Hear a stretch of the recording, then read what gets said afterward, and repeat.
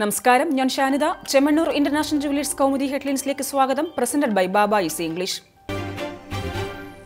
കണക്കുകൂട്ടിയ കരുനീക്കം.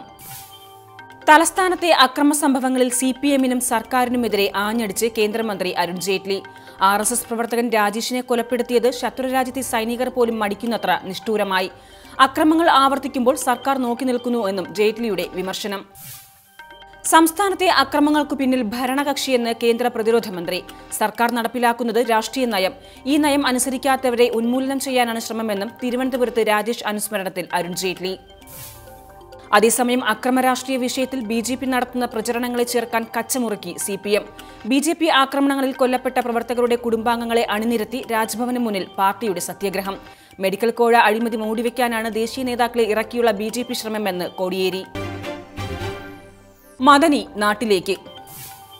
Supreme കോടതിയുടെ കനിവിൽ അബ്ദുൽ നാസർ മദനി നാട്ടിലേക്ക്. ബംഗളൂരുവിൽ നിന്ന് കേരളത്തിലേക്ക് പുറപ്പെടുന്ന മദനി 3:30-ഓടെ നെടുമ്പാശ്ശേരിയിൽ വിമാനമിറങ്ങും. മകന്റെ വിവാഹത്തിൽ പങ്കെടുക്കാനും അമ്മയെ കാണുന്നതിനുമായി കേരളത്തിൽ തങ്ങാൻ സുപ്രീം കോടതി മദനിക്ക് നൽകിയ സമയം ഈ മാസം 19 വരെ. 2 സുരക്ഷാ ഉദ്യോഗസ്ഥർക്കും 5 സഹായികൾക്കുമൊപ്പം മദനിയുടെ യാത്ര എയർ ഏഷ്യ ഫ്ലൈറ്റിൽ.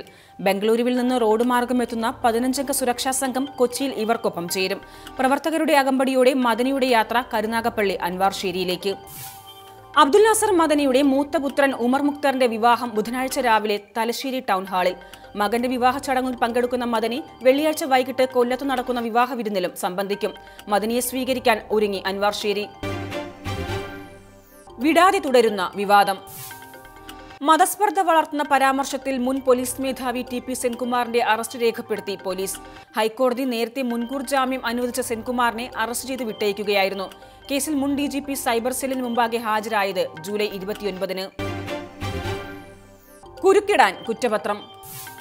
നടിയെ ആക്രമിച്ച കേസിൽ ദിലീപിനെതിരെ പോലീസ് കുറ്റപത്രം സമർപ്പിക്കാൻ ഒരുങ്ങവേ ജാമ്യാപേക്ഷയുമായി നടൻ നാളെ വീണ്ടും ഹൈക്കോടതിയെ സമീപിച്ചേക്കും. ദിലീപിനെതിരെ കടുത്ത വകുപ്പുകൾ ചുമത്തിയുള്ള കുറ്റപത്രം ഗൂഢാലോചന കേസിലെ തെളിവ് ശേഖരണം ഏറെക്കുറെ പൂർത്തിയായ സാഹചര്യത്തിൽ. ഗൂഢാലോചന തെളിയിക്കുന്നതിൽ നിർണായകമായ സാഹചര്യ തെളിവുകൾ ശേഖരിക്കുന്ന ജോലി അന്തിമഘട്ടത്തിലെന്ന് അന്വേഷണ സംഘം. ഇതിന്റെ ഭാഗമായി നാദിർഷയുടെയും അപ്പുണ്ണിയുടെയും മൊഴികൾ വീണ്ടും ശേഖരിക്കും. Bye bye bolt. വേഗതയുടെ ട്രാക്കിൽ നിന്ന് ബോൾട്ടിന് പരാജയത്തോടെ മടക്കം. ലോക അത്ലറ്റിക് ചാമ്പ്യൻഷിപ്പിൽ ജമൈക്കൻ ഇതിഹാസ താരം ഉസൈൻ ബോൾട്ടിന് വിടവാങ്ങൽ മത്സരം നൽകിയത് വെങ്കലം മാത്രം. 100 മീറ്ററിൽ ബോൾട്ടിനെ മുട്ടുകുത്തിച്ച അമേരിക്കൻ താരം ജസ്റ്റിൻ ഗാട്ലിൻ ചരിത്രം എഴുതിയത് 9.92 സെക്കൻഡിൽ. ബോൾട്ടിന് ലോകത്തിന്റെ ബൈ ബൈ. അപരാജിതനായ വേഗരാജാവിനെയും ആരാധകരെയും ഞെട്ടിച്ച മത്സരത്തിൽ സ്വർണം കൈവിട്ട ബോൾട്ടിനെ 3-ാം സ്ഥാനത്തേക്ക് തള്ളിയത് അമേരിക്കൻ താരം തന്നെയായ ക്രിസ്റ്റിൻ കോൾമാൻ. കോൾമാൻ കുറിച്ച 9.94 സെക്കൻഡിനും പിന്നിൽ ബോൾട്ട് ഓട്ടം പൂർത്തിയാക്കിയത് 9.95 സെക്കൻഡ് സമയത്തിൽ. ചൈന വെടിമുഴക്കുമ്പോൾ. സിക്കിം അതിർത്തിയിലെ തർക്കപ്രദേശമായ ദോക്ലാമിൽ ഇന്ത്യക്കെതിരെ സൈനിക നടപടിക്കൊരുങ്ങി ചൈന. ദോക്ലാമിൽ നിന്ന് ഇന്ത്യൻ സൈന്യത്തെ പിന്തിരിപ്പിക്കാൻ 2 ആഴ്ചയ്ക്കകം ചൈന നടപടി തുടങ്ങുമെന്ന് റിപ്പോർട്ട്.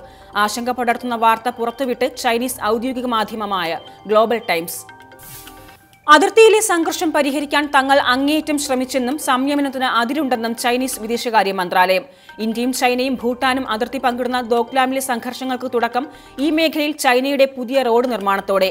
പ്രശ്നപരിഹാരത്തിന് സംഘർഷമല്ല, നയതന്ത്ര ശ്രമമാണ് ആവശ്യമെന്ന നിലപാടിൽ India. Chemmanur international jewellers Kaumudi headlines സമാപിക്കുന്നു. Presented by Baba easy English. അടുത്ത ഹെഡ്ലൈൻസ് 1 മണിക്കൂറിന് ശേഷം. നമസ്കാരം.